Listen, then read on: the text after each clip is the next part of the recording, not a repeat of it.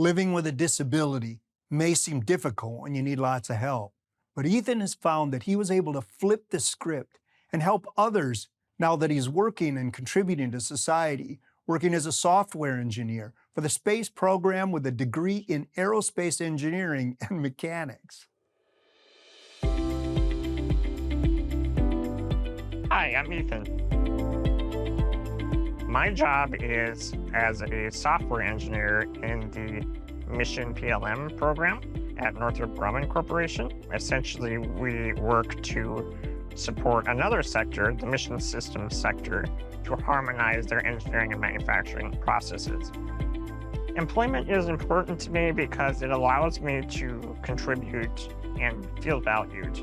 It's sometimes difficult having a disability, feeling like you're helping just because so many people help you. So being able to kind of flip the script and help other people by writing programs or doing things like that.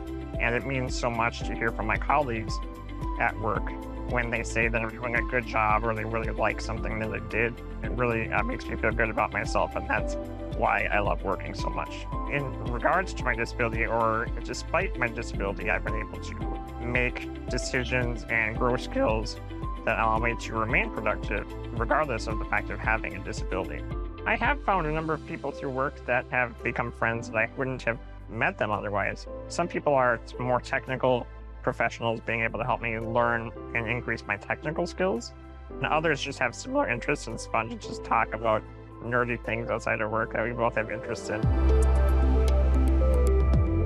I have a myriad of different hobbies. I'm kind of a tinkerer by nature. That's probably the engineering aspect of me. I write computer programs all the time to play around and do things. I'm always tinkering with circuits. Probably one of my biggest creative hobbies is making music, electronic music. And actually this coupled well with my engineering background, because when we learned about filters and things like that through my coursework, it applied directly to sound synthesis and audio production. I achieved a degree of aerospace engineering and mechanics from the University of Minnesota. At the U of M, I participated in a number of different scientific student groups. Most notably, I was involved with the Minnesota Space Grant Consortium, which is a subset of NASA or funded by NASA for student engagement. I was involved in the rocket team as a member of their simulations sub-team, and I also was involved with the University of Minnesota Small Satellite Research Lab. I found my job that I'm at now through Disability In's global conference and expo, which takes place every summer. I met some recruiters there and got my name kind of in front of some people, and eventually that helped me to end up at where I'm at now. The target for me in terms of my job is to eventually end up somewhere in regards to orbital mechanics or launch vehicles. That's kind of the area of most interest for me. There's just a lot of complicated physics and math and science and things that go into that, and it sounds like a really cutting edge thing, and being able to work on something like that would be really awesome. I do have a number of mentors, actually. I have had help from VRS. For example, they've helped me to mentor me on my job front in terms of searching for employment and planning my career. And then I've also used Disability In, helping me to search for a job and prepare for interviews and to just better know how to navigate the workplace with a disability and to request accommodations. And then I've also had some industry professionals that I've been able to call upon to learn from about skills related to my actual career path. And then I use my parents and family and friends a lot in terms of helping me to make decisions about my life. Living independently to me means essentially finding the right people to help take care of me and make sure that I can get by on a day-to-day basis, which includes getting up in the morning and getting ready for work, making sure that I'm set and ready to work. It's full-time remote work, which helps on that front.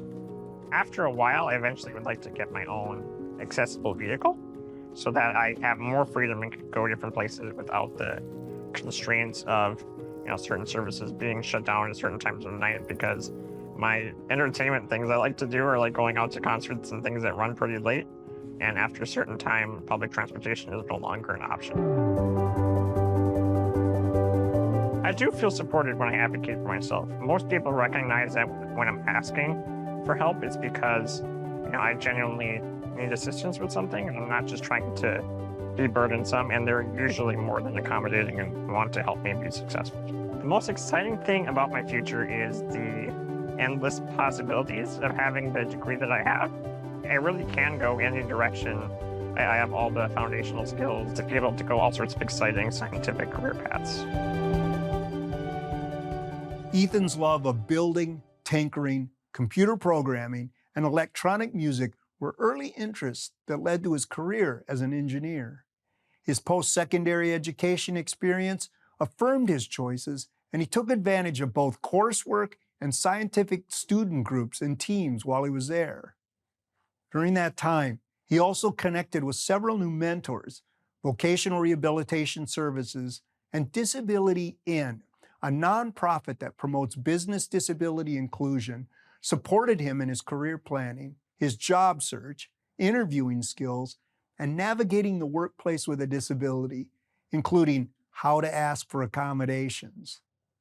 Ethan's positive experience while living in his college campus opened different housing options to him, and he is working toward living independently. He also hopes to expand his future independence by owning an accessible vehicle. Ethan feels, with the support from his family, mentorships, and his degree, that the possibilities for his future are endless. Good luck, Ethan.